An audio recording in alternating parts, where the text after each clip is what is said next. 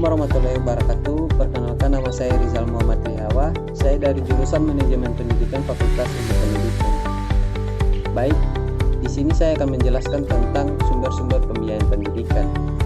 Sebelum lanjut videonya, tolong like, comment, and subscribe. Baik, saya lanjutkan. Dijelaskan mengenai sumber daya pendidikan. Pembiayaan pendidikan terdiri dari beberapa bagian. Yang pertama itu APBN dan APBD, merupakan biaya langsung yang terkait dengan penggajian guru, administrator, staf sekolah, dan pembelian peralatan. Dana pendidikan selain gaji dan biaya pendidikan kedinasan dialokasikan minimal 20% dari APBD desa.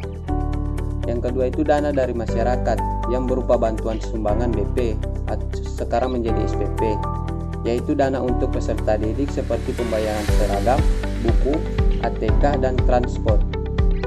Baik, yang ketiga, sumbangan dari pemerintah daerah setempat, ialah sumbangan diterima oleh sekolah dari pemerintah daerah setempat di mana sekolah tersebut berada. Saya lanjutkan, hal-hal yang berpengaruh terhadap pembiayaan pendidikan secara garis besar dipengaruhi oleh dua faktor, yaitu faktor eksternal dan internal. Yang pertama itu faktor eksternal. Faktor eksternal berkembangnya demokrasi pendidikan. Dahulu banyak negara yang masih dijajah oleh bangsa lain, yang dengan lepasnya bangsa itu dari cengkraman penjajah, terlepas pula kekangan atas keinginan memperoleh pendidikan.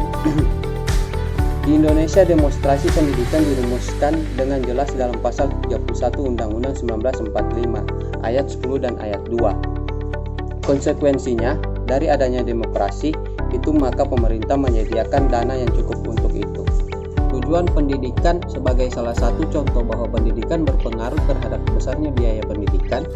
Pendekatan yang digunakan strategi belajar mengajar menuntut dilaksanakannya praktek bengkel dan laboratorium, menuntut lebih banyak biaya jika dibandingkan metode lain dan pendekatan secara individual.